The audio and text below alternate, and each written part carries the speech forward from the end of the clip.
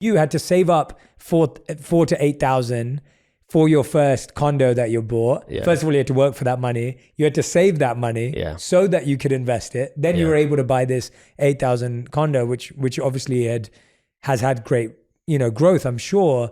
But there was a lot that took to get to that. Whereas I think right now people are like, oh, well, I'd rather spend $100 on this, right? It's a real decade of sacrifice. And there's really no way around it if you want to fast track your way. Now, the best investment you can make if you want the better returns, the bigger returns, is by investing your money in yourself.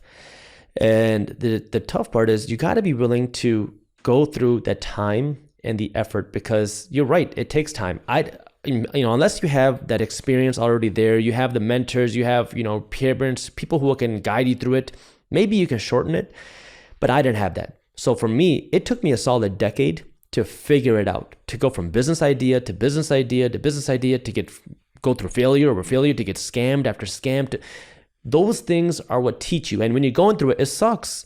You don't realize that you're going through a lesson. You just feel like, dang, I just got screwed over. Yeah. You know what I mean? True. But it's you got to keep the goal, in mind. And it's understanding what is more important to you right now. Because you're right. The last thing that you want to do also is get into this idea of just pinching pennies, because at the end of the day, a penny saved is just a penny.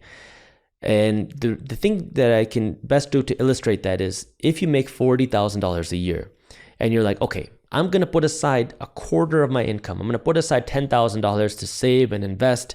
And then you start putting your money to work and you're like, oh my God, I love this. I want to do more. I want to get better results. So now you're like, well, I'm going to try to put aside 30% of my income, 35% of my income. And you keep trying to squeeze this limited pie. But this is where now it's about building that growth mindset. And this is what wealthy people are able to do, where they say, okay, sure, I can try to squeeze more pennies out of the pie, but the other thing that I could do is I'm going to try to grow the pie.